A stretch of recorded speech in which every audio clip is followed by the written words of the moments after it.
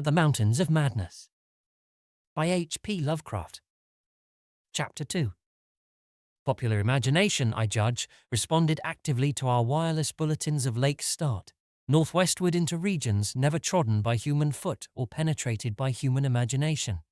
Though we did not mention his wild hopes of revolutionizing the entire sciences of biology and geology. His preliminary sledging and boring journey of January 1118 with Pabodie and 5 others, marred by the loss of 2 dogs in an upset when crossing one of the great pressure ridges in the ice, had brought up more and more of the Archean slate, and even I was interested by the singular profusion of evident fossil markings in that unbelievably ancient stratum. These markings, however, were of very primitive life forms involving no great paradox, except that any life forms should occur in rock as definitely Precambrian as this seemed to be. Hence I still failed to see the good sense of Lake's demand for an interlude in our time-saving program, an interlude requiring the use of all 4 planes, many men, and the whole of the expedition's mechanical apparatus. I did not, in the end, veto the plan, though I decided not to accompany the northwestward party despite Lake's plea for my geological advice. While they were gone, I would remain at the base with Pabodie and 5 men and work out final plans for the eastward shift. In preparation for this transfer, one of the planes had begun to move up a good gasoline supply from McMurdo Sound, but this could wait temporarily. I kept with me 1 sledge and 9 dogs, since it is unwise to be at any time without possible transportation in an utterly tenantless world of eon-long death.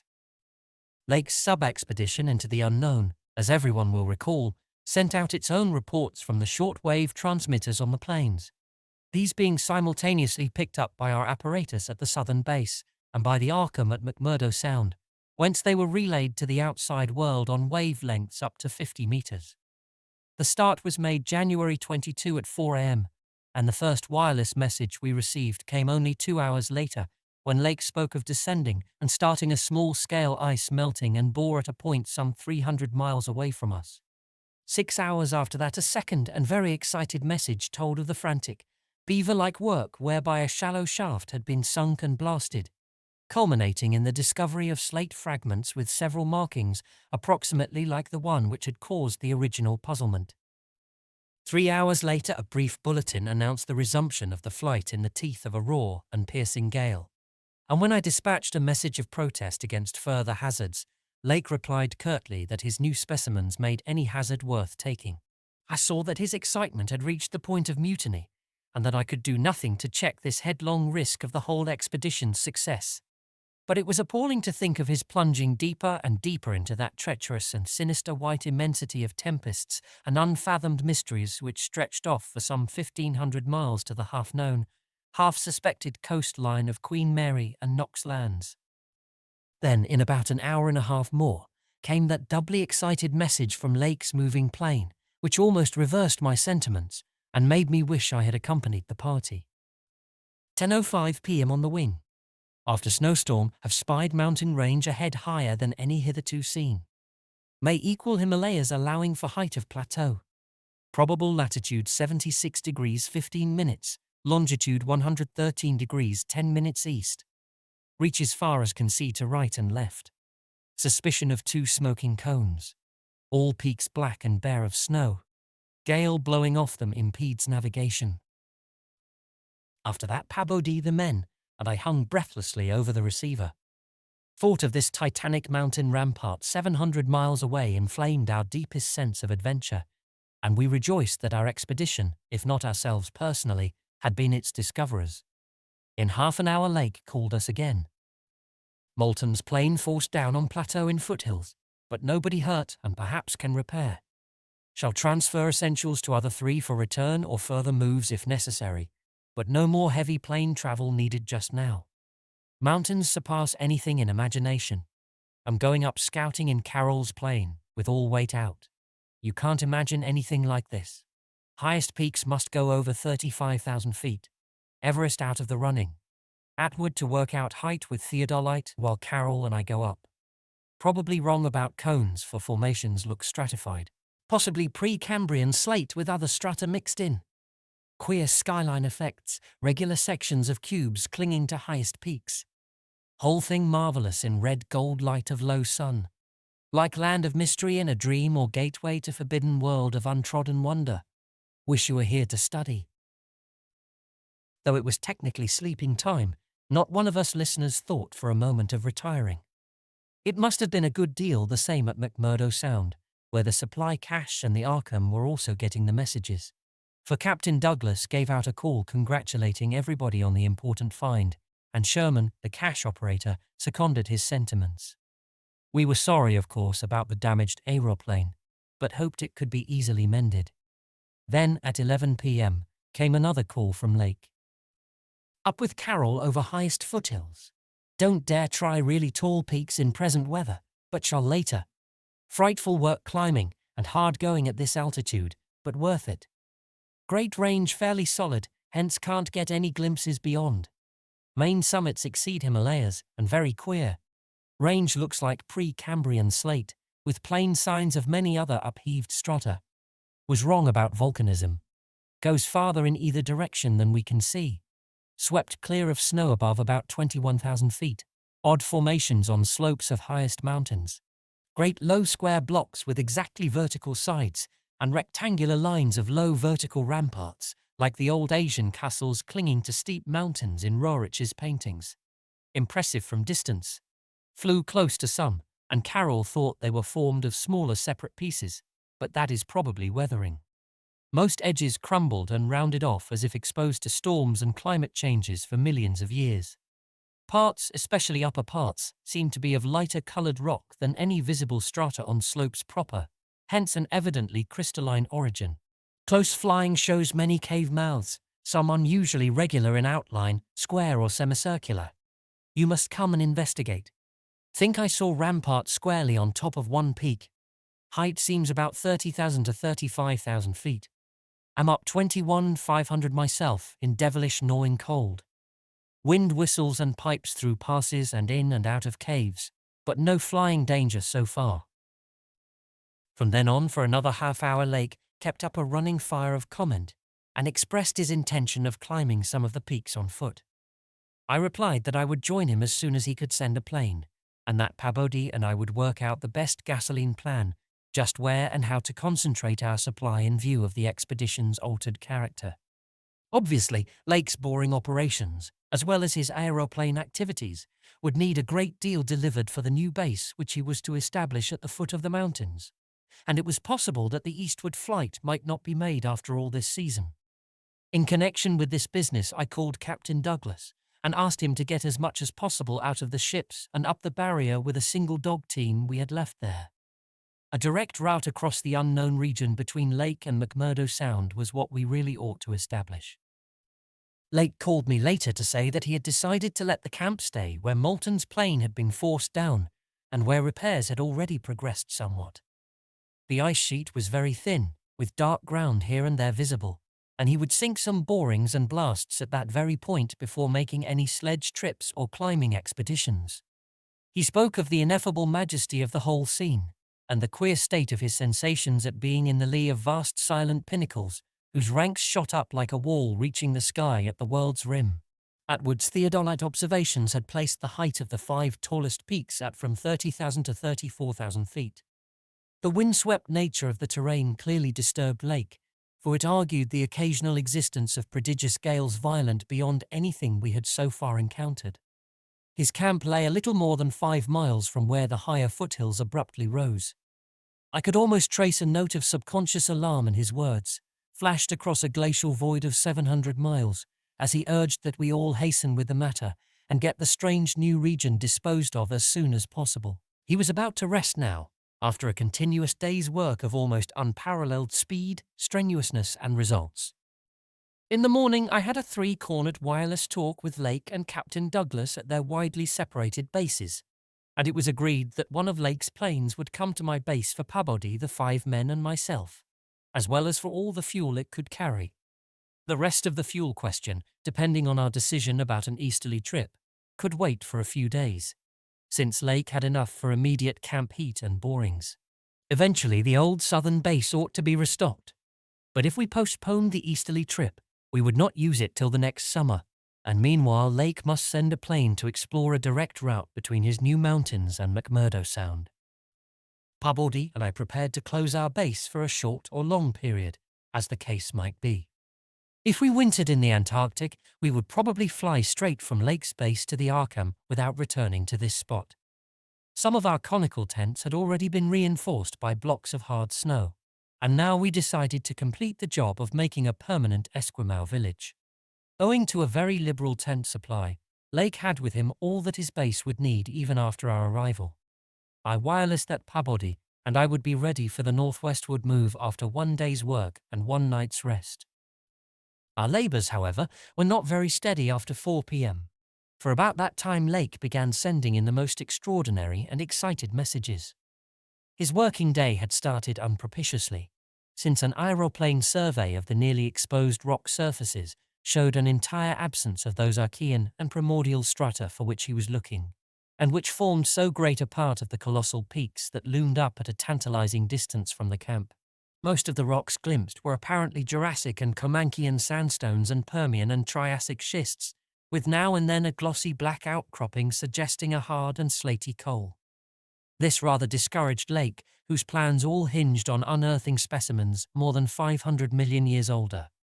It was clear to him that in order to recover the Archean slate vein in which he had found the odd markings, he would have to make a long sledge trip from these foothills to the steep slopes of the gigantic mountains themselves. He had resolved, nevertheless, to do some local boring as part of the expedition's general program. Hence set up the drill and put 5 men to work with it, while the rest finished settling the camp and repairing the damaged aeroplane. The softest visible rock, a sandstone about 1/4 of a mile from the camp, had been chosen for the first sampling, and the drill made excellent progress without much supplementary blasting. It was about 3 hours afterward, following the first really heavy blast of the operation, that the shouting of the drill crew was heard, and that young Jedney, the acting foreman, rushed into the camp with the startling news. They had struck a cave. Early in the boring, the sandstone had given place to a vein of Comanchian limestone full of minute fossil cephalopods, corals, echini and spirifera, and with occasional suggestions of siliceous sponges and marine vertebrate bones, the latter probably of teleosts, sharks and ganoids. This in itself was important enough, as affording the first vertebrate fossils the expedition had yet secured. But when shortly afterward the drill head dropped through the stratum into apparent vacancy, a wholly new and doubly intense wave of excitement spread among the excavators. A good-sized blast had laid open the subterranean secret, and now, through a jagged aperture perhaps 5 feet across and 3 feet thick, there yawned before the avid searchers a section of shallow limestone, hollowing worn more than 50 million years ago by the trickling ground waters of a bygone tropic world. The hollowed layer was not more than 7 or 8 feet deep, but extended off indefinitely in all directions, and had a fresh, slightly moving air which suggested its membership in an extensive subterranean system. Its roof and floor were abundantly equipped with large stalactites and stalagmites, some of which met in columnar form. But important above all else was the vast deposit of shells and bones, which in places nearly choked the passage. Washed down from unknown jungles of Mesozoic tree ferns and fungi, and forests of tertiary cycads, fan palms and primitive angiosperms, this osseous medley contained representatives of more Cretaceous, Eocene and other animal species than the greatest paleontologist could have counted or classified in a year. Mollusks, crustacean armor, fishes, amphibians, reptiles, birds and early mammals, great and small, known and unknown. No wonder Jedney ran back to the camp shouting, and no wonder everyone else dropped work and rushed headlong through the biting cold to where the tall derrick marked a new-found gateway to secrets of inner earth and vanished eons. When Lake had satisfied the first keen edge of his curiosity, he scribbled a message in his notebook and had young Moulton run back to the camp to dispatch it by wireless. This was my first word of the discovery, and it told of the identification of early shells, bones of ganoids and placoderms, remnants of labyrinthodonts and the codonts, great mosasaur skull fragments, dinosaur vertebrae and armor plates, pterodactyl teeth and wing bones, Archaeopteryx debris, Miocene shark's teeth, primitive bird skulls, and skulls, vertebrae, and other bones of archaic mammals, such as paleothers, Ziphodons, Dinosraces, Eohippii, Oreodons, and Titanothers. There was nothing as recent as a mastodon, elephant, true camel, deer, or bovine animal. Hence Lake concluded that the last deposits had occurred during the Oligocene age, and that the hollowed stratum had lain in its present dried, dead, and inaccessible state for at least 30 million years. On the other hand, the prevalence of very early life forms was singular in the highest degree. Though the limestone formation was, on the evidence of such typical embedded fossils as ventriculites, positively and unmistakably Comanchian, and not a particle earlier. The free fragments in the hollow space included a surprising proportion from organisms hitherto considered as peculiar to far older periods, even rudimentary fishes, mollusks and corals as remote as the Silurian or Ordovician. The inevitable inference was that in this part of the world there had been a remarkable and unique degree of continuity between the life of over 300 million years ago and that of only 30 million years ago. How far this continuity had extended beyond the Oligocene age when the cavern was closed was of course past all speculation. In any event, the coming of the frightful ice in the Pleistocene some 500,000 years ago, a mere yesterday as compared with the age of this cavity, must have put an end to any of the primal forms which had locally managed to outlive their common terms. Lake was not content to let his first message stand, but had another bulletin written and dispatched across the snow to the camp before Moulton could get back. After that, Moulton stayed at the wireless in one of the planes, transmitting to me and to the Arkham for relaying to the outside world the frequent postscripts which Lake sent him by a succession of messengers. Those who followed the newspapers will remember the excitement created among men of science by that afternoon's reports which have finally led, after all these years, to the organization of that very Starkweather Moor expedition, which I am so anxious to dissuade from its purposes. I had better give the messages literally as Lake sent them, and as our base operator McTigg translated them from his pencil shorthand. Fowler makes discovery of highest importance in sandstone and limestone fragments from blasts.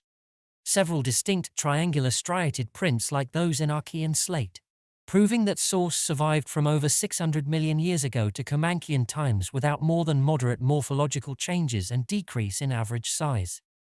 Comanchian prints apparently more primitive or decadent, if anything, than older ones. Emphasize importance of discovery in press. Will mean to biology what Einstein has meant to mathematics and physics.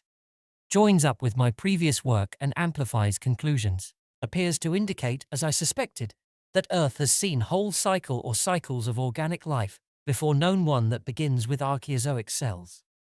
Was evolved and specialized not later than 1,000 million years ago, when planet was young and recently uninhabitable for any life forms or normal protoplasmic structure. Question arises when, where, and how development took place. Later, examining certain skeletal fragments of large land and marine saurians and primitive mammals, finds singular local wounds or injuries to bony structure, not attributable to any known predatory or carnivorous animal of any period.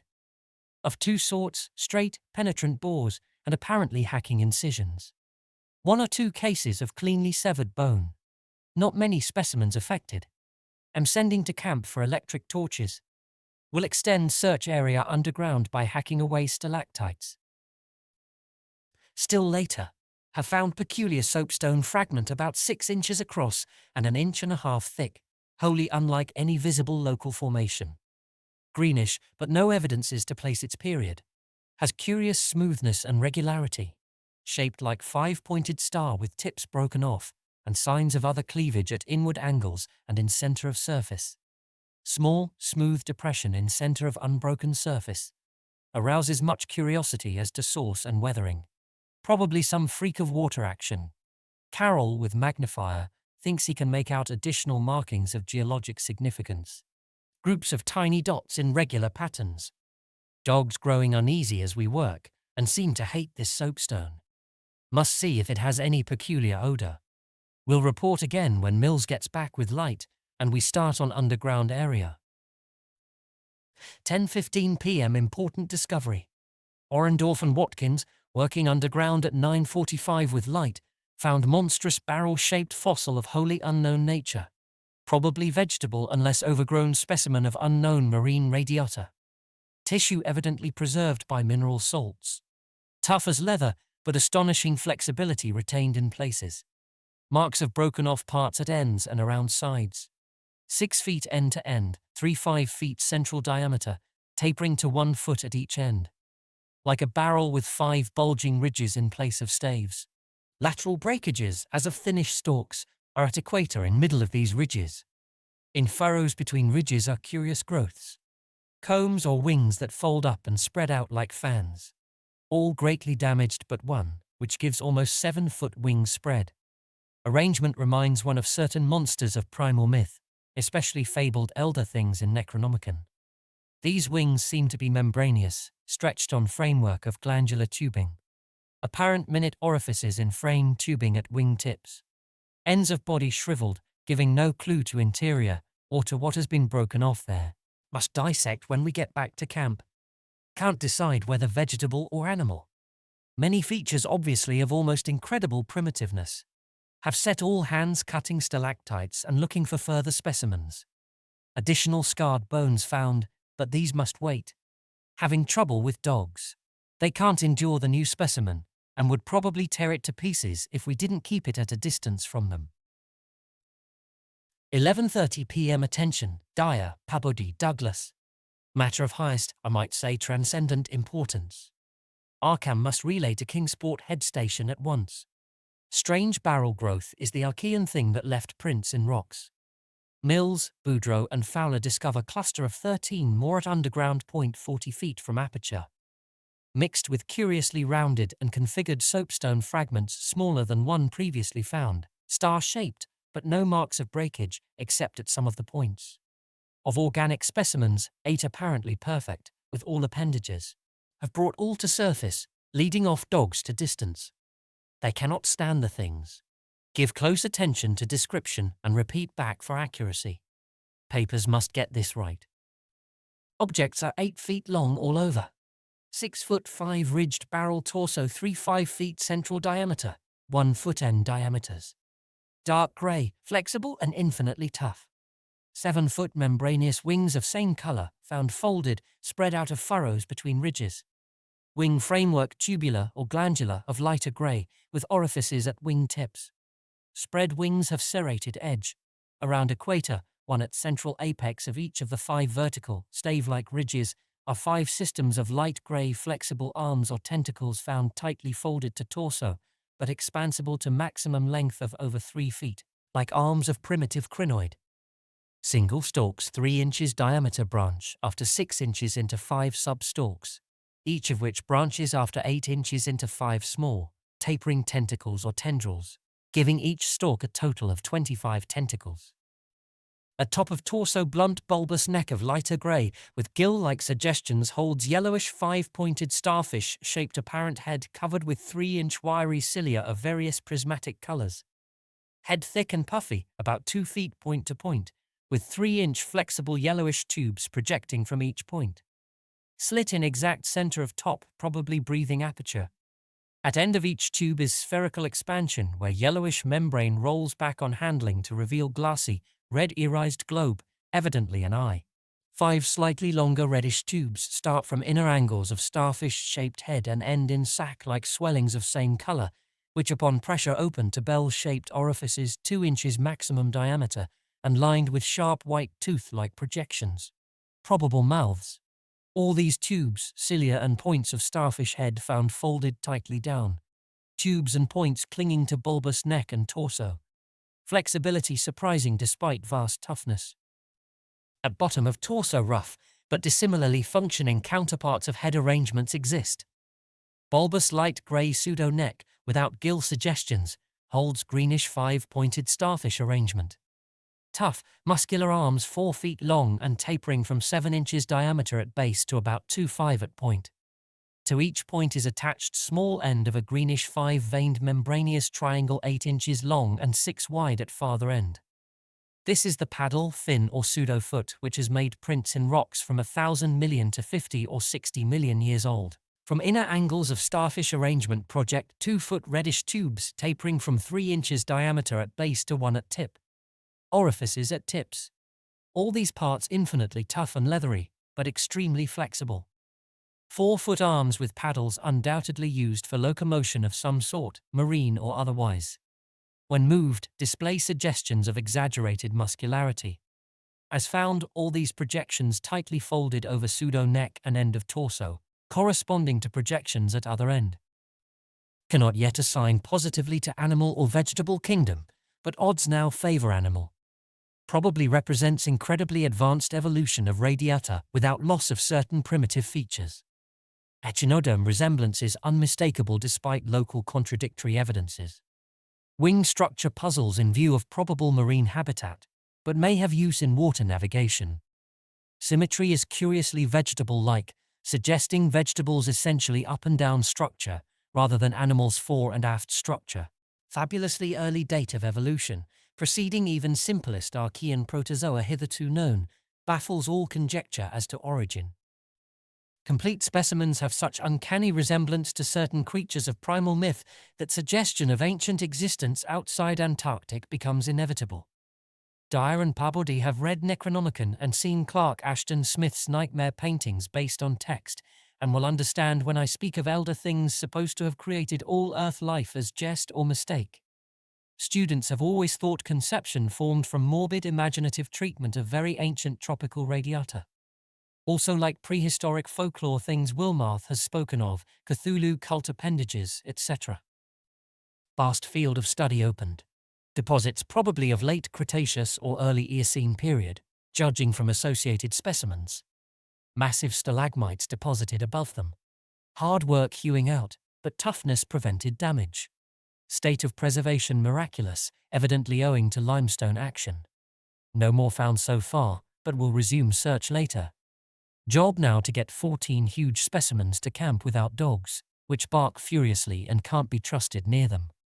With 9 men, 3 left to guard the dogs, we ought to manage the 3 sledges fairly well, though wind is bad. Must establish plane communication with McMurdo Sound and begin shipping material. But I've got to dissect one of these things before we take any rest. Wish I had a real laboratory here. Dyer better kick himself for having tried to stop my westward trip. First the world's greatest mountains, and then this. If this last isn't the high spot of the expedition, I don't know what is. We're made scientifically.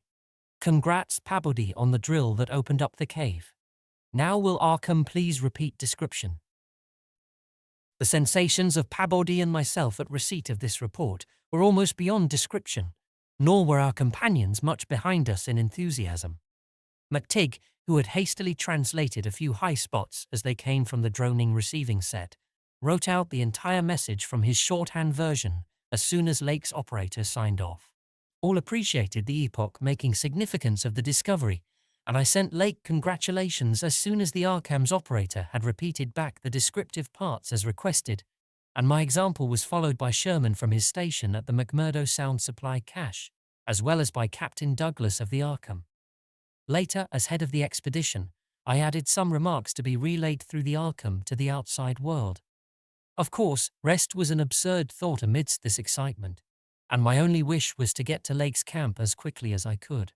It disappointed me when he sent word that a rising mountain gale made early aerial travel impossible. But within an hour and a half interest again rose to banished disappointment. Lake was sending more messages and told of the completely successful transportation of the 14 great specimens to the camp. It had been a hard pull, for the things were surprisingly heavy, but 9 men had accomplished it very neatly. Now some of the party were hurriedly building a snow corral at a safe distance from the camp, to which the dogs could be brought for greater convenience in feeding. The specimens were laid out on the hard snow near the camp, save for one on which Lake was making crude attempts at dissection. This dissection seemed to be a greater task than had been expected, for despite the heat of a gasoline stove in the newly raised laboratory tent, the deceptively flexible tissues of the chosen specimen, a powerful and intact one, lost nothing of their more than leathery toughness. Lake was puzzled as to how he might make the requisite incisions without violence destructive enough to upset all the structural niceties he was looking for. He had, it is true, 7 more perfect specimens, but these were too few to use up recklessly, unless the cave might later yield an unlimited supply. Accordingly, he removed the specimen and dragged in one which, though having remnants of the starfish arrangements at both ends, was badly crushed and partly disrupted along one of the great torso furrows. Results, quickly reported over the wireless, were baffling and provocative indeed. Nothing like delicacy or accuracy was possible with instruments hardly able to cut the anomalous tissue, but the little that was achieved left us all awed and bewildered.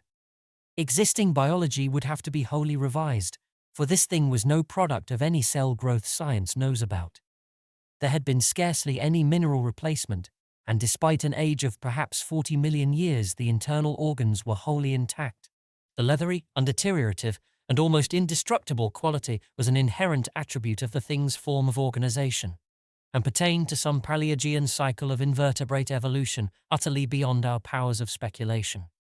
At first all that Lake found was dry, but as the heated tent produced its thawing effect, organic moisture of pungent and offensive odor was encountered toward the thing's uninjured side. It was not blood, but a thick, dark green fluid apparently answering the same purpose. By the time Lake reached this stage, all 37 dogs had been brought to the still uncompleted corral near the camp, and even at that distance set up a savage barking and show of restlessness at the acrid, diffusive smell. Far from helping to place the strange entity, this provisional dissection merely deepened its mystery. All guesses about its external members had been correct, and on the evidence of these one could hardly hesitate to call the thing animal. But internal inspection brought up so many vegetable evidences that Lake was left hopelessly at sea.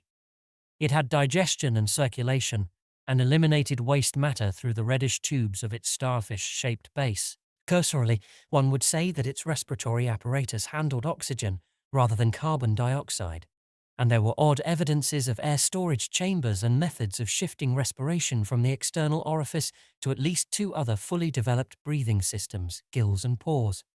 Clearly, it was amphibian and probably adapted to long airless hibernation periods as well. Vocal organs seemed present in connection with the main respiratory system, but they presented anomalies beyond immediate solution.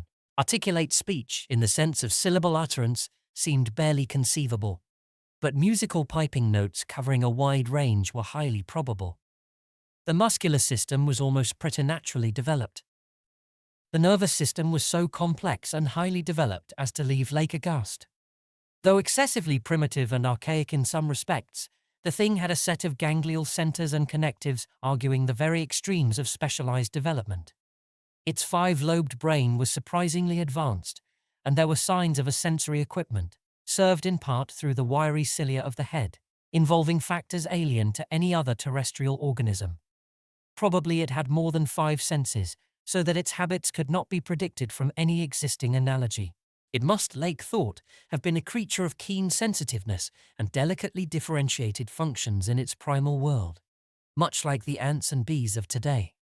It reproduced like the vegetable cryptogams, especially the pteridophytes, having spore cases at the tips of the wings and evidently developing from a thallus or prothallus. But to give it a name at this stage was mere folly. It looked like a radiate, but was clearly something more. It was partly vegetable, but had 3/4 of the essentials of animal structure.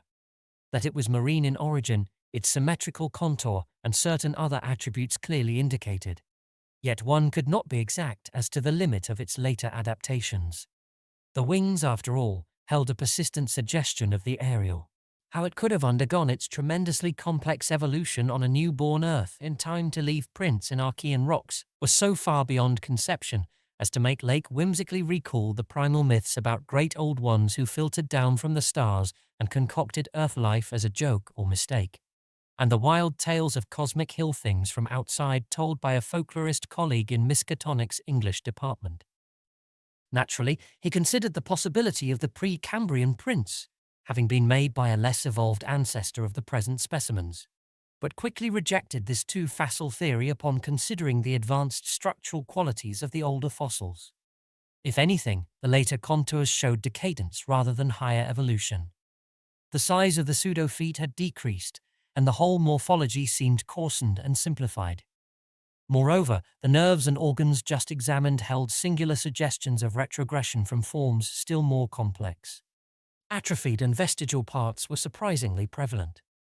Altogether, little could be said to have been solved, and Lake fell back on mythology for a provisional name, jocosely dubbing his finds the Elder Ones. At about 2:30 a.m., having decided to postpone further work and get a little rest, he covered the dissected organism with a tarpaulin emerged from the laboratory tent and studied the intact specimens with renewed interest. The ceaseless Antarctic sun had begun to limber up their tissues a trifle, so that the head points and tubes of 2 or 3 showed signs of unfolding. But Lake did not believe there was any danger of immediate decomposition in the almost sub-zero air. He did, however, move all the undissected specimens closer together and throw a spare tent over them in order to keep off the direct solar rays. That would also help to keep their possible scent away from the dogs, whose hostile unrest was really becoming a problem even at their substantial distance and behind the higher and higher snow walls, which an increased quota of the men were hastening to raise around their quarters.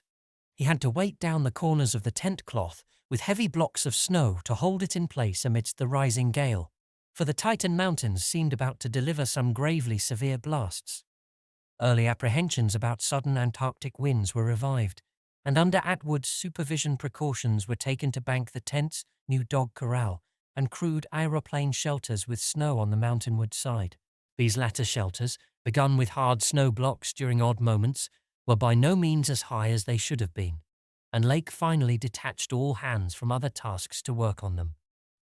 It was after 4 when Lake at last prepared to sign off and advised us all to share the rest period his outfit would take when the shelter walls were a little higher. He held some friendly chat with Pabodi over the ether and repeated his praise of the really marvelous drills that had helped him make his discovery. Atwood also sent greetings and praises. I gave Lake a warm word of congratulation, owning up that he was right about the western trip, and we all agreed to get in touch by wireless at 10 in the morning. If the gale was then over, Lake would send a plane for the party at my base. Just before retiring, I dispatched a final message to the Arkham with instructions about toning down the day's news for the outside world, since the full details seemed radical enough to rouse a wave of incredulity until further substantiated.